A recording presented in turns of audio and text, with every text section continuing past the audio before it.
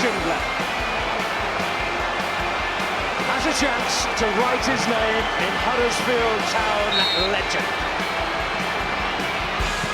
And he takes that chance! Midweek treat. I think we deserve it. Welcome to the warm-up episode 83. I'm your host, Brady Frost, and to preview Wigan, I'm joined by Tom Bradshaw. Tom, how goes it? Hi, Brady. How are you? How are your nipples? My nipples are in a lot of pain, thank you. For anyone who doesn't know why Tom's asking about my nipples, you would be corrected that it's just a Monday. And he asked me that anyway. But I ran the Great North Run, as I'm sure you've probably seen on the socials. I was flaunting my winner's medal to Tom, which I'm dangling now for the listeners. Great visual. Yeah, no, it's glimmering nice visual in the light. Yeah, I can still see the blood coming through his t-shirts though. His t-shirt where his nipples are. It's not good. It's not quite good. A sight. But all for a good cause. Blood, sweat, and tears, quite literally. So, can people still donate to your page, Brady? They can, yeah. I've done a tweet out. The pod Twitter's retweeted it. I'll also, why not? I'll put it in the pod description as well. So yeah, I'm trying to. I have hit my original target, but I was aiming for 500, and I'm not far off. So if anyone could donate, it's going to shelter the homelessness charity, and they do a lot of work in the north, particularly like in Huddersfield and surrounding areas. So yeah, if you could, that would be fantastic. But enough about my nipples. Because football's back, baby. It was obviously postponed at the weekend, but we've got a lovely midweek fixture. Are you excited for it, Tom? The Wigan game? Cannot wait, Brady. I'm sure it is going to live up to all expectations that Wigan versus Huddersfield Town does. Absolutely. Well, I'll ask you actually, because on Tubber podcast with the Utabia, David Hartrick said if Town lose against Wigan, the club have a decision to make about Schofield. Do you agree? Straight off the bat, negativity. I kind of agree. I think he needs to get 4 points in this next 2 games. So yeah, I guess David's right. If they do lose, then yeah, they have got to make a decision. I think a draw will be all right on Tuesday night. I do think we need to start picking points up sooner rather than later. So yeah, some big decisions from the club hierarchy, I think, coming up if things continue in the next couple of games. Yeah, we shall see. It does feel like quite a big game, really. Again, like it's quite good when the game's postponed because it means I don't have to change my episode notes. It's still the 1 win in 8 for Huddersfield. That's 5 defeats in 7 league games. Meanwhile, Wigan are actually unbeaten away from home, and they've lost just once in the last 5. We're talking, obviously, it seems like an age ago, but last time out, Blackpool, there was the unfortunate decision. We've seen all the fallout from that. But quite interestingly, Schofield said in his pre-match presser that he believes you earn your luck by working hard. Do you think? I know there's been a few criticisms of Schofield, Tom, but I don't think you could really fault the team working hard. They have been trying. Yeah, I'd agree with that. I don't think no individual hasn't worked hard. People have come off the bench and look like they put a shift in as well. Yeah, that's a really good point. I don't think there's anyone in that squad that when I've seen them play, and thought they're not giving their all. It's just not happening at the moment, is it? It's a mixture of maybe the tactics or the personnel just maybe not being in the right position or not being good enough in those games, and then a bit of bad luck as well. So at least if half of that changed, do you know what I mean? We might be in with a better chance picking up some points. Yeah, I think he's got a good point there though, Schofield. I think one thing I've liked about him is he's been very open and honest in his presses, and I think he comes across quite well in that whatever word I'm trying to say at the end of that sentence. No, it's a good point. Yeah, I think he's, I listened to the pre-match presses, and I agree with you. I think he comes across well. I do think it's that classic, to get into so many cliches in. When you're at the wrong end of the table, luck doesn't go your way. And I get what he's saying about, you earn your luck by working hard. Well, it's just one of them. It's kind of a double whammy, but hopefully fortunes do turn around in this Wigan game. So speaking of Wigan, obviously they've got quite a few key players to pick from. Is there anyone you singled out, Thomas? Do you know what? I think this Wigan team is really interesting. So obviously they went through the administration a couple of years ago, and basically brought in loads of freebies and etc. That kind of signing, but they've brought in the right people, and there isn't really one player that stands out as that's the problem for us. I think they're very similar to our squad last year potentially. I guess we had Moy in the promotion season, but they're very much it's all about the team and the personnel that they've got working together, and when they work together, they're a very hard team to beat. But I've got a couple of names down. So there's one lad that has looked pretty handy. The lad on loan from Everton, Nathan Bro, I forgot his last name. Let me just check again. But he scored 1 in 5. And he just sounds like one of those pretty decent loan signings that you get in. Nathan Broadhead. I thought it was Broadhead. I had on my notes Broach, and I was like, it's definitely not Broach. Nathan Broadhead, who's on loan from Everton. Played 5 games so far, 1 goal. But I think by all accounts been quite a handful. I just think there's no one that really stands out. And when you look at the stats as well, it's all pretty shared out, all the goals and assists.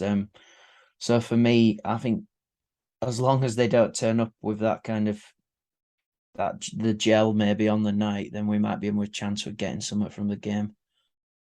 Yeah, no, it's a good point. Exactly what you said about Wigan. It's kind of it's a team collective, isn't it?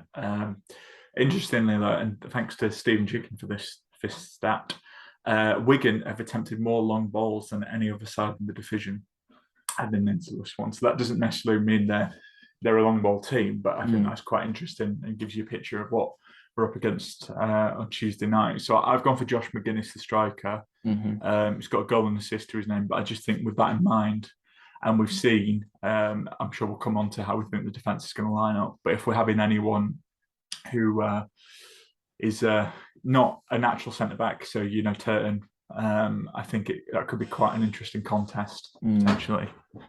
So we'll see. But yeah, Tom, you probably know more about Wigan than me, because it's view from the other side time.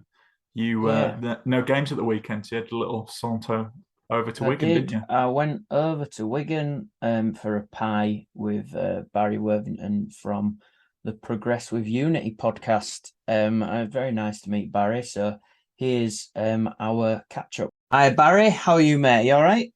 Hey, I'm very well, thank you. Looking forward to Tuesday. Yeah. So I'm sure a lot of Town fans are, especially the way the season started.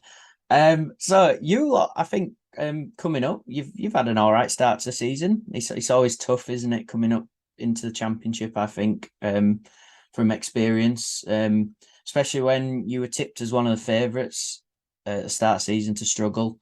So I mean, how do you think the rest of the season will go under Liam Richardson? Well, I think this season is a little bit different than normal. We all know it's a big step from League One to Championship, possibly bigger than Championship to Premier League. As has been found out through the seasons, teams going up and down all the time. But I think this season is going to be a little bit different. I think the 3 promoted sides, ourselves, Rotherham and Sunderland, are likely to stay up this season. And I'm basing that on the fact that we're 3 strong sides now. We was last season, when we came out of administration with 3 players on the books at the start of the season, at the end of the season, and we had a massive recruitment drive last summer. We brought in loads of free transfers, but the signings were brilliant. They were absolutely brilliant. And what Richardson did, as much as anything else, was recruit characters, the right type of characters. Now, that's a cliche that we hear quite a lot, but that is exactly what he did. And they're like a gang, a group of pals, more than a football team. Or they're just so committed to each other, and they fight for each other, and they've got that never say die attitude.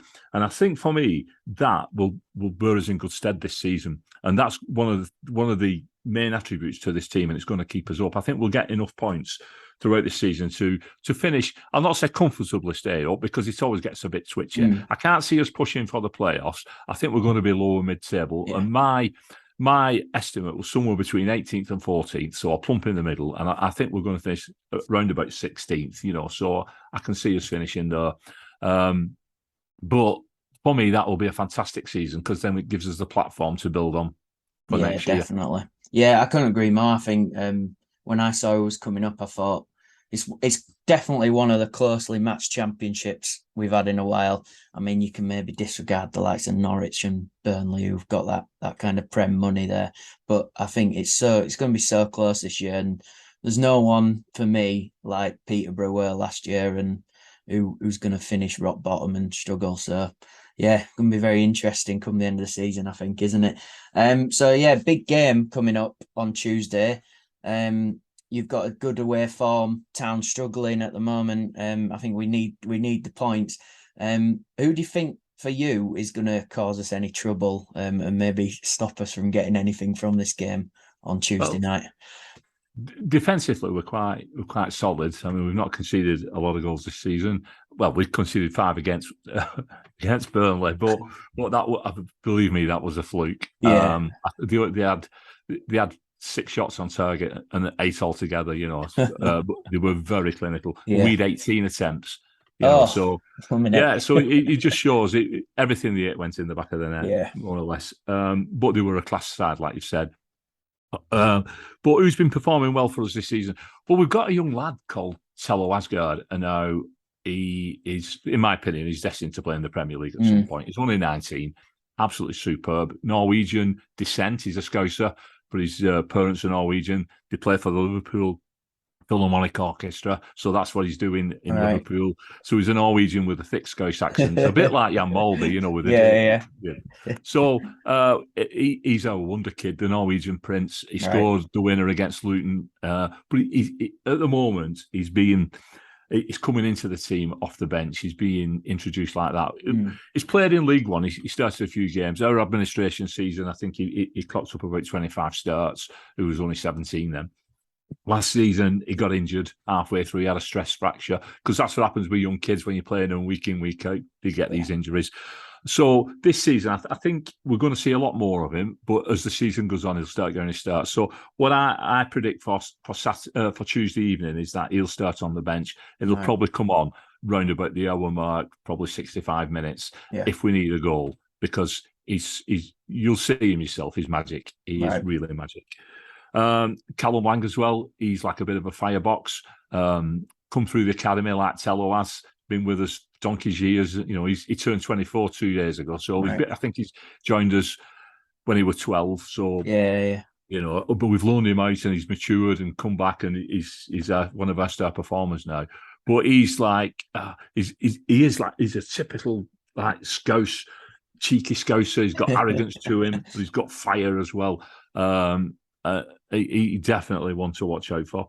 And big Josh McGuinness, not from, a lot of people, when we signed him, we were saying, what we signed Josh McGuinness for? But he took his time settling in, but he's there now. He leads the line superbly. He notches goals here and there. And he's just what you want.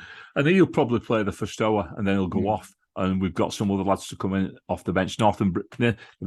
Nathan Broadhead, who we've got on loan from Everton, excellent goal scorer.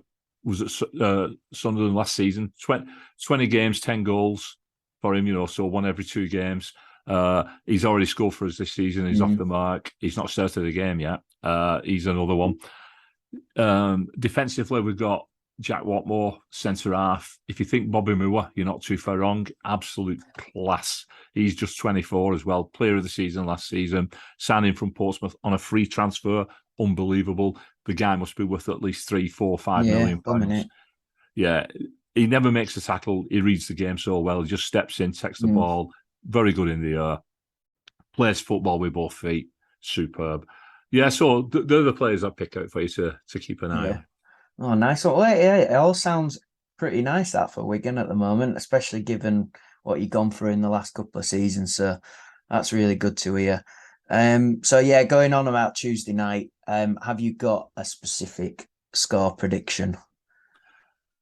Yes, I have actually. I think our away form is over the last season and again this season has been like out of this world. It's breathtaking at times. Considering the last time we was in the Championship, we couldn't pick a point up, never mind win a game. Yeah. I think we only we had this awful record of conceding goals in the last couple of minutes, and it nearly got us relegated twice. Well, it did do once, but it nearly did twice. But this last couple of seasons has been so different. And if you look at the form table, away form table, we're up there, right at the top. We're joint seconds, So, and our 2 wins this season have both come on the road. But they're always very close matches. We don't sweep anybody away. It's always close games. And I think Tuesday evening will be no different. And I know you struggled a little bit. You struggled for goals. But I think you might score. But I'd go either 1-0 to us or 2-1 to us, one or the other. But I'll plump for a 2-1. We're going to let it win. Yeah, fair enough. Sounds like it could happen, to be fair, for me. So yeah, thanks for popping by, mate, and checking in with us. It's good to hear a bit about Wigan and what we've got to expect. So yeah, all the best for season, but hopefully not Tuesday night from a town perspective. Yeah, thank you very much, Tom, for inviting me on. And I love going to Huddersfield because you was part of our trip to winning the FA Cup when we came up. Oh, yeah. That made us feel better, that run, because we know that we lost to the winners. Yeah. But it was a great day as well, and very friendly supporters. So it was a great day. So thank you for that as well. Nice one, mate. Well, good luck and have a nice time on Tuesday night. We'll see you later. See you later. And there we go. Yeah, cheers, Barry, for joining me. It was really interesting hearing from him because he sounded really happy with how things are looking at Wigan, which was a bit worrying for me. It's like it just all sounds quite good. I guess when you come from the brink of almost your club going bust, it's you're going to be happy just to have a club, but it sounds like they're moving in the right directions. Happy with Richardson, who's done a great job there, really, when you look at it, from taking them up after almost going into administration, almost disappearing when you're at that stage, innit? So and there was one lad that he did mention in there, that fellow Asgard, the Scouse Norwegian lad from their academy, who I am looking forward to, if he does come on, to see if he lives up to this hype that they're shouting about in Wigan, because it sounds like he's quite a prospect, only 20. So yeah, we'll see how he looks on Tuesday night, I'm sure. Absolutely. And Tom, it would be, I'd be annoyed at myself if I didn't mention it. Wigan have probably one of the best football mascots in the country, Krusty the Pie. Yeah. So which prompts the question, what is your favourite pie? What would be on match day pie? Oh, great question. What is my favourite pie? I love a classic steak and ale. Chicken and mushrooms always quite nice as well. But then I do like the odd like curry filled pie is always quite nice. Are we just talking like pie with a filling, or is pork pie getting in the mix because it's technically a pie? I'm thinking of match day pie. Yeah, so I'd probably go steak and ale, Brady, I think. Yeah. What about you? Well, I've got to be honest. I don't think the pies at John Smith's are the best. Come at me, bro. But one I did really enjoy was I went to Sheffield United a couple of seasons ago, and the chicken tikka Balti pie, which was very good actually. A nice fusion of cultures there. So yeah, no, I think that's probably my favourite. I do like a steak and ale, but you can almost put anything in a pie though, can't you? Really, I'm surprised there's not more and more wacky combinations. Do you know what? I'm gonna put a tweet out on the pod channel and see what everyone's favourite match day pie is. Because let's be honest, we ain't got much to shout about with Town positive. So let's talk about pies. Yeah. Has anyone ever done a dessert pie But I mean like a pecan match pie? Day. Yeah, but at a match day in like kind of that pastry. I don't know. You know what I mean? There's an idea. Could be nice in winter, like a warm chocolate. I'm just going down. Pie. I'm just nipping down at half time to get my dessert pie. Yeah. Anyway, we'll stop the pie chat. It will carry on online. But we've been interrupted by an urgent delivery, which means it's time for the mailbag. You've got mail. Okay, so Tom, we got a great chat. What a jingle that is! We got one from someone of this parish. Yes, Rich Cosmala. You may have seen it. Because he sent us a question. I know, and this is coming from the guy who didn't realise we did the amazing elbow. Good to know you listen, Cozzy. But love you really. But Cozzy asks, if Wigan take the lead tomorrow night, do you think the positivity from the stands will make the hairs on your neck stand up as they encourage the 1920s football superpowers of England to get back in the game? But I'm detecting a hint of sarcasm. The sarcasm detector is going absolutely crazy there. But it's a good point actually.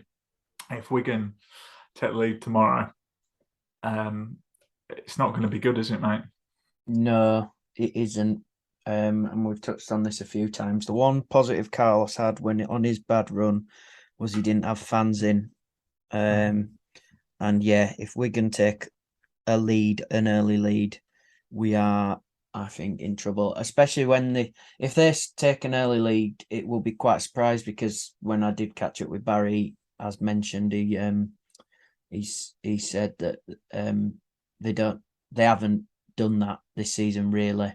They normally sit back for 20 minutes, figure out the opposition, and then there's some game plan implemented. So for them to score an early goal would be quite disappointing by just going off that. So I think it's not going to be nice if they do. So let's hope they don't. Basically. Town have conceded quite a few early goals this season as well, so maybe one to watch out for. But I'll be going tomorrow, and I don't think the atmosphere is going to be great if that happens. But I don't want to do a call to arms, but we do need to back the lads because I think if we get a win in this one, I think that could be a big turning point. Yeah, it's a crucial week.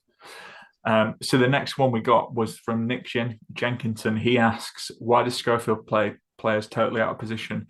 I think I'll touch on this because, again, Blackpool seems so long ago, but a lot of the centre-back choices were weird, like Turton, who's obviously traditionally a right-back playing left-sided centre-back. I think that's probably because, for whatever reason, he hasn't deemed Edmund Screen is, hence Edmund Screen's gone on loan to Wigan.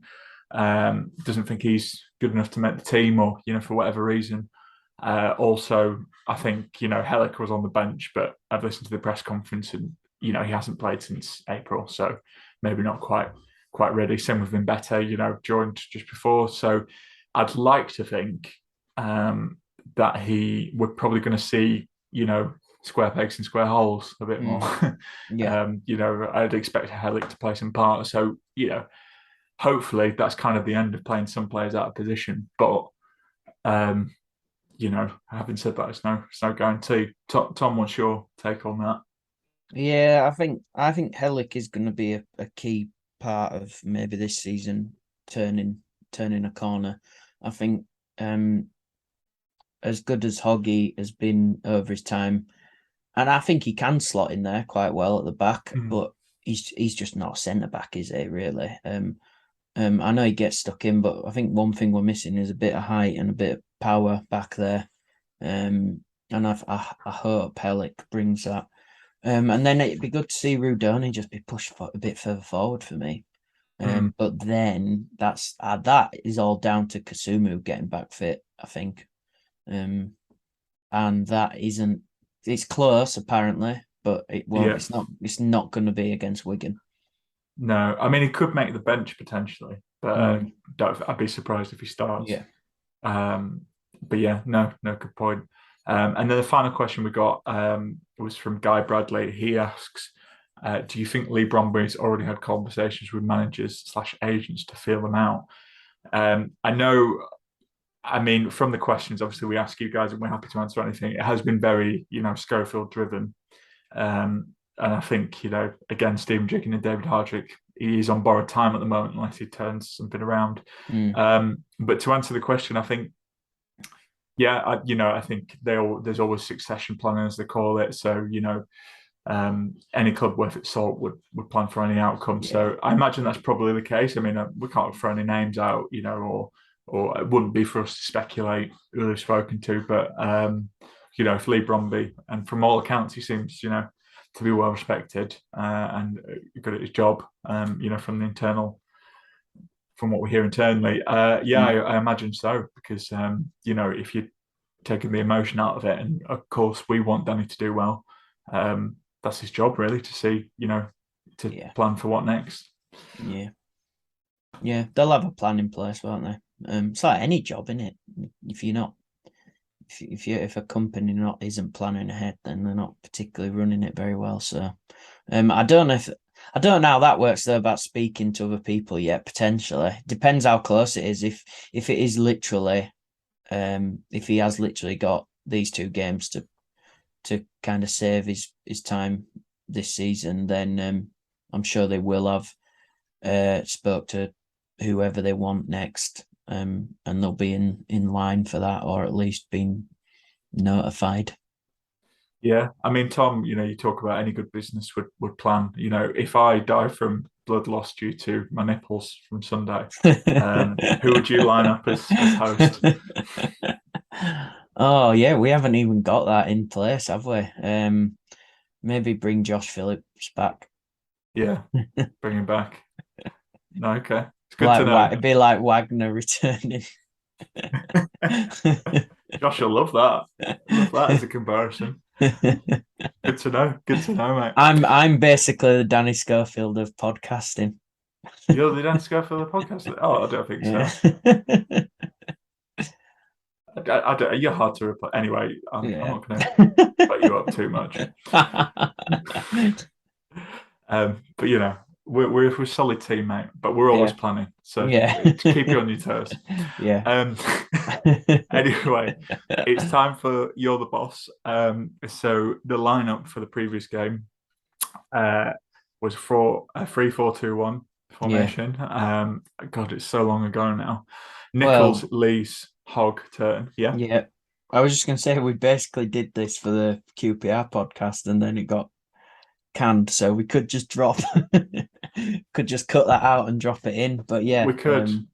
No, but Tom, you've had time to reflect. We have, yeah. So anyway, just as a reminder for the listeners, before Tom rudely interrupted me there. Yeah, sorry about that. No, sorry. Nichols, Lees, Hogg, and Turton as a back three, and you had Turton. Hang on, I'm just checking. Hayden, Russell, Rudoni, Nakayama. Yeah, and then Andrew and Thomas and Ward. Yeah, that was right. I just, there you go. That's how tired I am from the run. You've done a big run, mate. I've done a big run, mate. I don't know if I've mentioned. Hang on, I run. I don't know if I've mentioned. Anyway, what would you go with, Tom? Who are you bringing in? Are you keeping 3-4-3, or are you going to change formation? What are you going to do? I think he's keeping the same formation. He is. But are you? Well, probably, yeah. I'm putting Helican and Betty in, I think, if they can play. For Hogg and Turton. And then I'm probably almost keeping it the same. I might put Hogg in the middle Oh, yeah. This is the interesting one because Hogg and Russell both bring different things to the game. You take Russell out, you lose your height. You take Hogg out, you lose your fight. That's a nice little poem for you there. Yeah. We could have Tom's Poetry Corner potentially as a new feature. Yeah, why not? So I don't know. I think for me though that I'd love to see Helic and Mbete potentially starting because I think that'll just bring a bit more assurance to the back. And they've got to play at some point, haven't they? So get them in. Okay, so but other than that, I'd probably keep it almost the same. I'm just figuring out whether Russell or Hogg going in there. Okay, I agree with you. I think maybe let's chuck them in, and I think 2 home games is probably good to bed them in. So I would put Helic. I'd have Helic, Lees, and Mbete in there. Yeah. The only thing I was toying with was maybe playing Thomas as left wing back. Yeah. You know, and bringing Holmes in to play on the left because I think Holmes has done quite well off the bench and maybe he deserves, start at home in a game where we're probably expected to be more on the front foot and trying to get a point. So yeah, at home with Holmes. At home with Holmes. There's a segment for the YouTube channel. Yeah, exactly. Come at you full of ideas today, mate. I know I am. He got me on a good day. I'm like Partridge with his voice note recorder. At Holmes with Holmes. Dwayne Holmes comes round to Huddersfield Town fans' houses and asks them questions about any renovations or decorating they've done around the house recently. Well, if you are a true drawer, Tom, true illustrator, I expect a logo marked up, sharpish. Yeah. See if he fancies it. I think Dwayne Holmes would quite enjoy that. He seems like a bit of a family man. Who knows? See, this is it. You guys wanted lineup predictions. We're talking about potential ideas. If we see the club doing this now, though, it's like a little YouTube series where give us, pay up, cough up. Yeah. I'm bringing Hogg into this one. I think it'll be a bit of a scrappy one, and that's what you need. Jonathan Hogg, the general, as it says on his customized fishing rods. So that's not a euphemism either. Yeah. I think I'd probably, I'd pay the 2 new lads at centre back. I think I'd still stick Thomas in the front 3 rather than left wing back. I'd probably give Nakayama a go there at left wing back just to see what he can do, because he does play some good balls and he has played left back before. I know he's a bit more defensive, but I think you've got Kesler Hayden who's more attacking. Exactly. Yeah. And I'd go Hogg and Radoni. I agree with you. Radoni should be played further forward, but I just think that midfield's still a bit of an issue if Kasuma can't start. Although I think Kasuma, if he's fit enough, should, depending on how the game's going, should come in. Yeah. And then I'd go Andrew and Warden and Thomas, I think. Yeah. Good. Nice one. But Tom, question for you. Mahoney got a hat trick. Oh, I saw that. B team. Do you think he should play some part? Well, if he's getting at, was 2 of them directly from a corner? Yeah.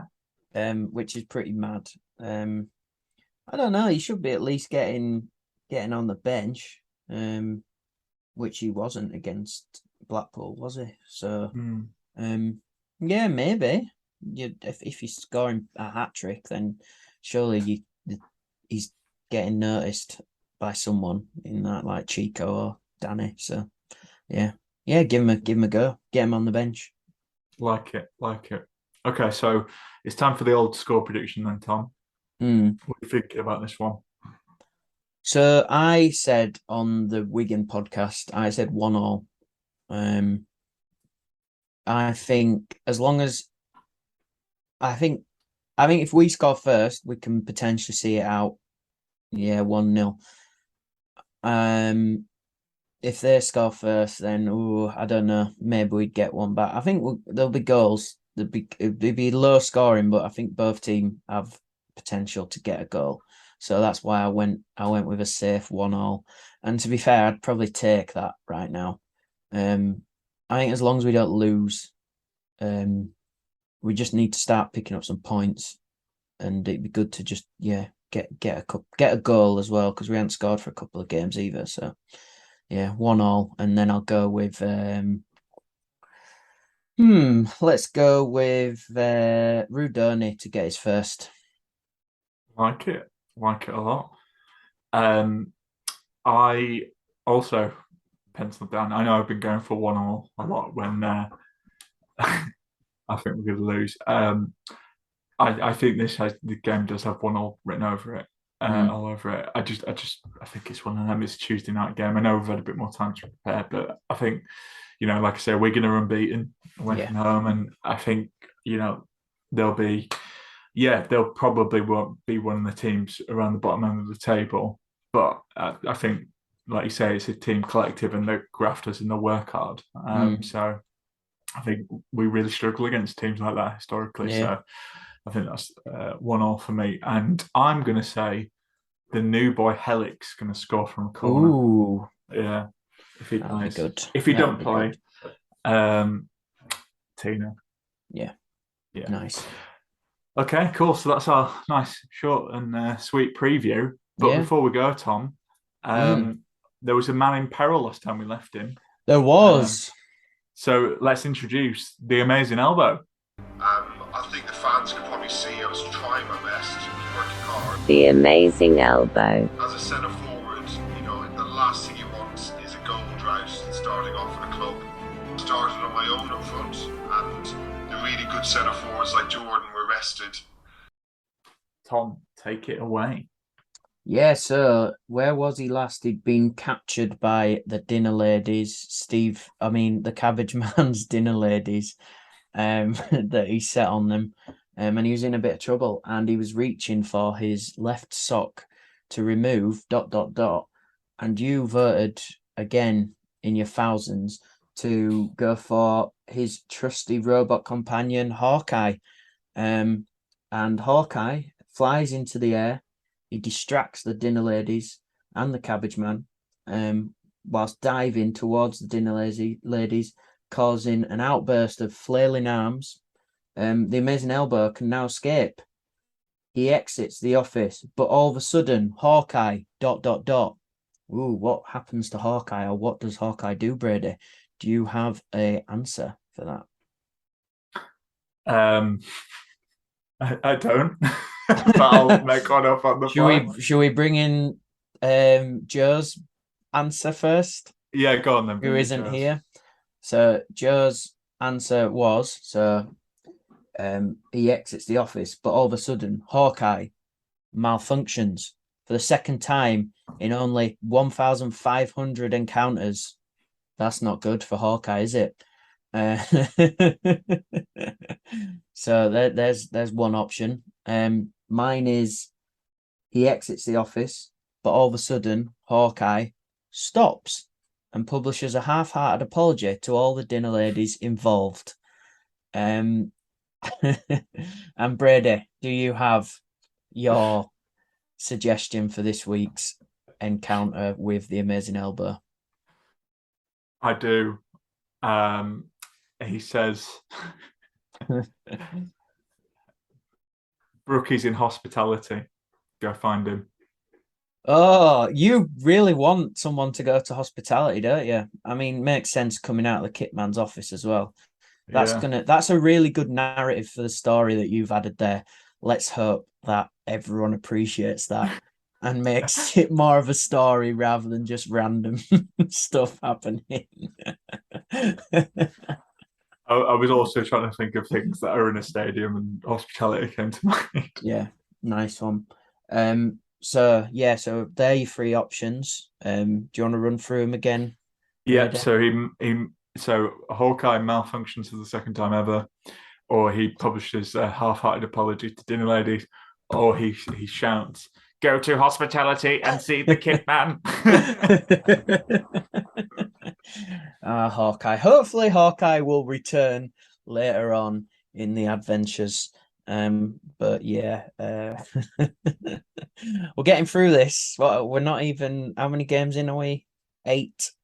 This will be the 8th one. It's going to be interesting to see how long this lasts and whether we will run out of ideas.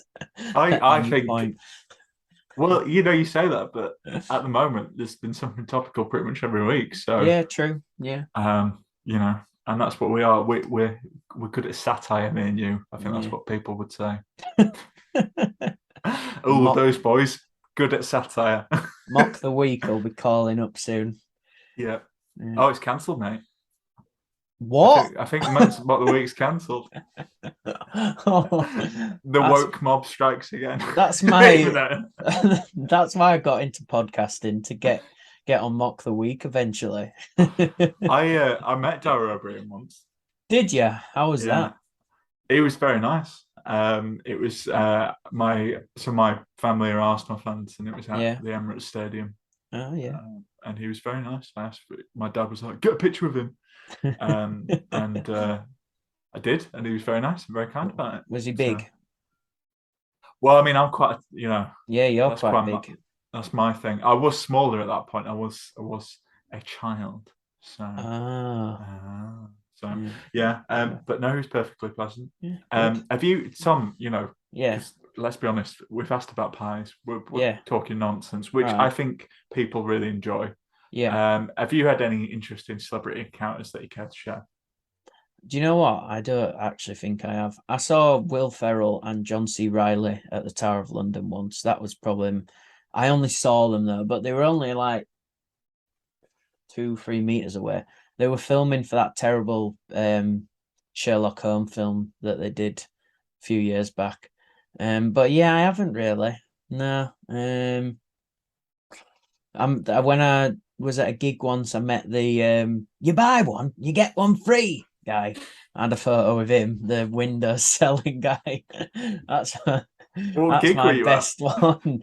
It was one of my gigs when I used to try and be in a band at one point. So yeah, that was that. He came to your gig? Yeah. Wow. That is quite the turning of tables. Yeah, he wanted a photos of us, basically. Yeah, exactly. So where was this gig? At the Cockpit, rest in peace, in Leeds. Yeah. Oh wow, true heritage, Tom. I know. Great venue. I think we'll call it there. Although I could chat for ages. This has been lovely. Maybe just fade this bit out of us just talking. Oh, what, like an 80s? Yeah, an like 80s all 80 songs. Why did that stop? No one does that anymore, do they? It's annoying, isn't it, actually? I quite like a fade out. I like just assume they're still going to this. I know, exactly. You just think that the song never ended, just like this podcast. Fade out. Well, before we fade out, I'm going to do it as a little editing thing. But before we fade out, this episode is sponsored by Magic Rock. Don't forget, you can get 10% off all online orders with the code AHTTC10. Yeah. Thanks to everyone for listening. Thanks to Tom for coming on. And Tom, before we fade out, let's continue to talk about pies. So I think what makes a good pie is the crust. The crust is essential to the good pie as well. So town player, bring the car back to Huddersfield.